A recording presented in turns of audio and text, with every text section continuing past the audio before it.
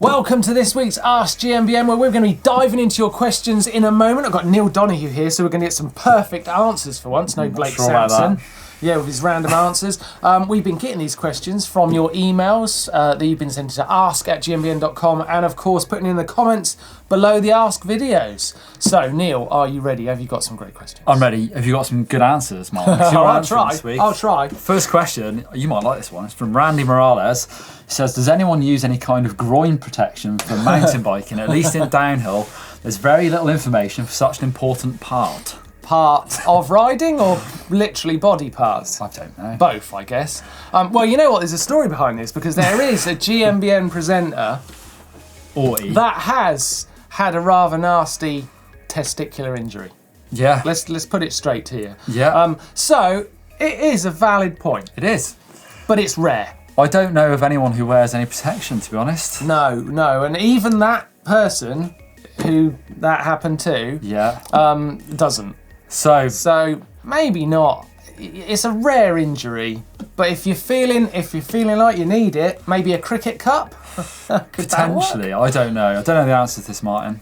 I think, Randy, you're going to have to be the guinea pig on this, and you're going to have to try it and send us some photos. Careful. Right, okay, let's move on. This is from Alvaro. It's a very long question. It's a very good one. He's a Madrid-born, New York-based professional guitarist. Ooh, sure. He recently reconnected with mountain biking after a 12-year hiatus from the trails. His main music career took precedent over riding my enduro bike. So basically he's talking about, I'll paraphrase, he's talking about wrist protection because he doesn't want to hurt his wrist so he can't play the guitar. Of course, because he can't... So, is this an absolute must for me?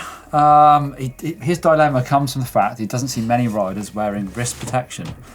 Now, I know that Doddy has had a nasty wrist injury and he wears wrist supports, but that's due to an injury he's had. Yep. You've done the same. I've broken scaphoid years and years ago, so I occasionally wear a wrist guard because it just hurts, even though it's 10 years ago probably. Yeah. So it is risky. It is risky, but it's a similar answer to that first question. It's like, if you feel like you need it, then maybe do it. But you've got a theory on like protection, like wrist protection, rather than pads. Well, this has come from motocross. So a lot of motocross riders wear knee braces to stop themselves tearing ligaments. Yes. However, some pro motocrossers don't because they've then broken their femur because it moves the force somewhere else. Yes. So it's not completely scientific, this, but you could be said that if you wear a wrist protection, you might end up breaking something else further up. So the question you've got to ask yourself is, can you play your guitar with a broken arm rather than wrist? Maybe. It's a risky sport. Who knows? It is. You can't take the risk out of mountain biking. It's just inherent. It's part of it. Enjoy it. Go steady and... Yeah. Hopefully you don't break your wrist. Yeah.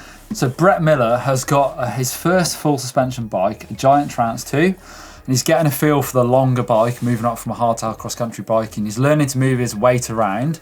When he drops his hips to the back, so near the rear wheel, it feels like he's holding onto handlebars too rigidly.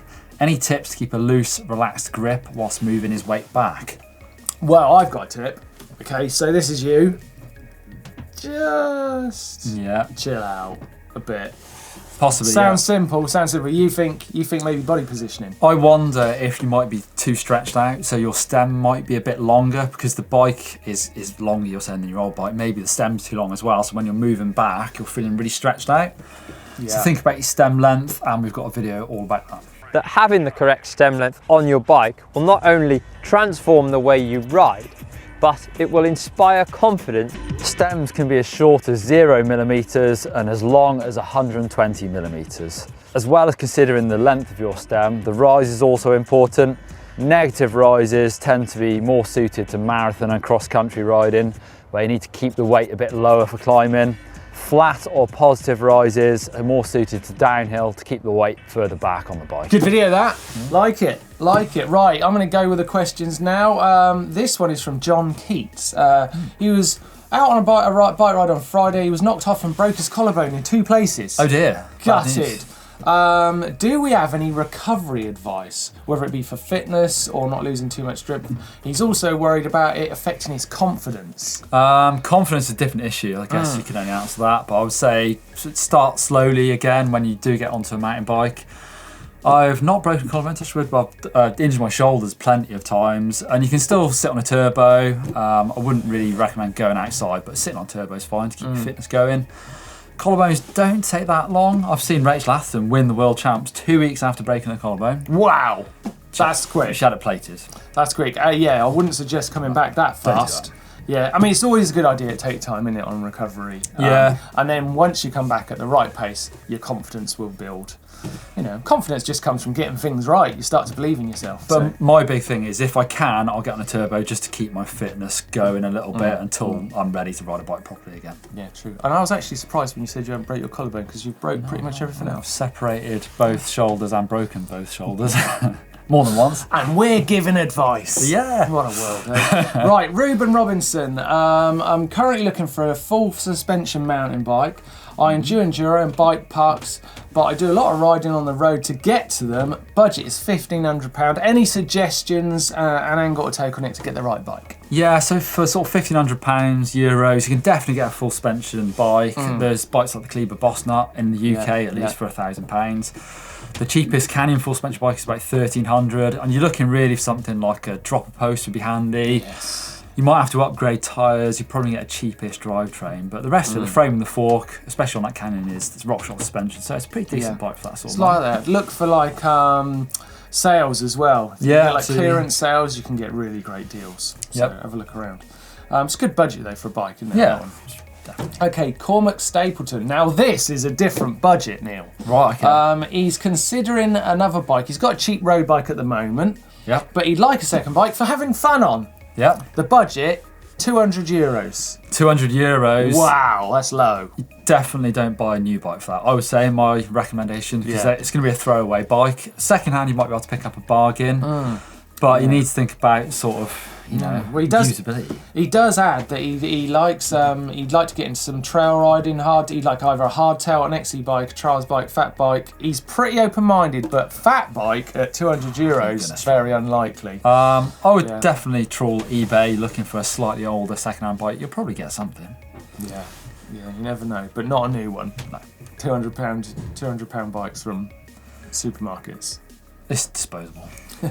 David Evans is asking, he'd like to upgrade his short travel XC style suspension bike, but he's worried that he's got 2 to 3 hour road rides to get to his spots where he likes to ride. Is that full suspension bike that he wants to upgrade to, is that going to be like an issue? I don't think it is, to be honest. I've done this. I do it quite a lot in summertime. I jump on I've got a Canyon Lux, so super short travel bike, but fully lock-outable. If that's the right word. I've also done this on my Scott Genius, so fully lock-out. And I've done some big rides, sort of a lot of road to get to various different woods, and I think it's actually all right. As long as you pick the right one that's quite light and you can lock them out, they're pretty good. Yeah. Surprisingly good, I think. Yeah, they trip along on the road, don't they? Especially if you've got like a summer tyre on there as well. Yeah. Like I love it because you can just find new trails and just go from different wood, link it up via road somewhere else. Cool. Yeah, I like a bit of that. You know what? Blake Sampson was telling me he was riding his e-bike at the weekend. He did a 33-mile cross-country ride. Did he? Impressive. Incredible. Sorry, that just reminded me. Luke Ingram. I'm currently using a 2x10 on my bike. I'm keen on going to 1x10. Yep. However, I'm not sure if it will suit my riding. Usually use the granny gear on Ascents, on his local trails and on gnarly climbs. So is that 1x10 going to be a problem? I guess unless you've used one, you'll be thinking, am I going to have the gearing I really need? It's a tough one to answer because you will lose a lot of range. Yes. So you're just going to have bigger jumps between the gears. So you might find if you do go one by, you're going to have to pick a relatively small chainring to go somewhere in between the two. And I would say you have to be relatively fit to push a one by if you're going to be riding some steep climbs, but it's a completely personal question you've got to answer yourself. But we do have a video about 2 versus 1 by. And in this video, we're going to take a look at 1x versus 2x.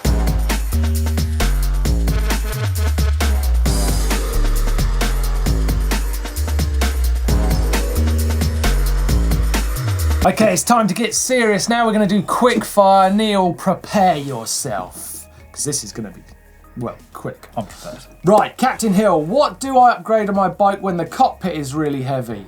Don't really understand. Cockpit, I guess. Cockpit is space. It's an area. Carbon bars? No. We're not sure on that one. Ethan Fletcher, why doesn't Doddy own a bike shop? Not sure, to be honest. Well, 1992 to about the year 2000, served my time in bike shops, so, but I'm not saying no. Maybe I will. There you go. Tim Toplak, hi, I now have a full suspension bike. First for me, I set the sag at 30% on shock. When I roll and bounce on the bike, I use about 85 to 90% of the travel. Is that normal or should it be less? That is not a quick fire question. Sounds about right to me. Moving on. Jonathan Karukiokos, do you think hardtails benefit from 29-inch wheels because of the added rolling power for the rear wheel? I think so, yes. Unless you're trying to do some big jumps on it, then I think smaller wheels are better. That's interesting, because when I'm riding a 29, I always think about how much the front wheel changes the ride, not the rear. So that's an interesting point. True. Yeah. You get a better rollover at the bump, say on a hardtail. I Seems think to that's pull you nice, yeah. Jim Wade, how can I jump further as I get the height but not the distance to get to the roller on the landing? We have not seen the jump. I think it's probably speed this. If you can make loads of height, that's what you need to do, is to do a good jump. So it's probably just hitting it a bit faster. Which jump are you talking about? Hypothetical jump. JJ Woodcock, could you fit hydraulic rim brakes on a BMX? Don't see why not. I'm not sure why you'd want to. Joe Linsky, forgive me for not knowing his name, but why is the guy on the left in a wheelchair? This guy, I'm not. This guy. Do you want to answer that, Martin? No, you answer it, Neil. Well, I don't know what to say. Lazy. Lazy. You're supposed to say lazy. Right. I wasn't going to say Sam Hellybreckers says, could you do or have you done a video about riding through loose sand? We could do, we haven't. Although there's very little loose sand in the UK, I'm afraid. We'll have to go to a beach. But we will endeavour to find it. That is the end of Quickfire. Time for Correct Me If I'm Wrong, where people send in their videos and we try and correct them if they're wrong. Yeah, sometimes they're not. Matthew Grant has been doing some no-foot cam practice out on his street. Now, this may look weird, but it's actually a really good idea to practice this trick before you do it on a jump. It's actually quite good fun as well. But what do you think, Neil? How does it look? I think it looks good. It looks a bit more like an indie now, because the one foot's sort of hanging back. Yeah. I think it's good. I used to be able to do these a long time ago. Yes. And I would say if you were going to try it on a jump, I presume you can already do no footers, because that's the start of this. And then when you try this first time, I would try and keep the front wheel quite high in the air. It's just a safe way of doing it. I've done this and got kicked over the bars and off the side of the bike. Yeah, absolutely. So keep it nice and high, but looks like good skills to me. Yeah, and another, look for a step up. Step up nice and safe, because if you're going up and you're thinking, I'm not going to get back on here, you're sort of getting to the landing rather than suddenly finding that you're 30 feet in the air. I like it. Yeah, but it'd be great to see if you do pull that off. Yeah, send us a video. And I do like thinking about what his neighbours were thinking about him going down that road. Just doing... I'm sure your old neighbours would do that as well. Were you messing around on the road? Yeah, I used to do that quite a lot. Yeah, no, absolutely. Right, keep sending your videos to ask@gmbn.com. Yeah, absolutely. Thank you for watching this week. It's been a lot of fun. Why don't you click just here where you can see some of Doddy's mechanicals and see exactly why maybe he should be a pro mechanic. And if you want to see speed versus style, click over here. Absolutely. Click on the old globe there to subscribe. See you next time.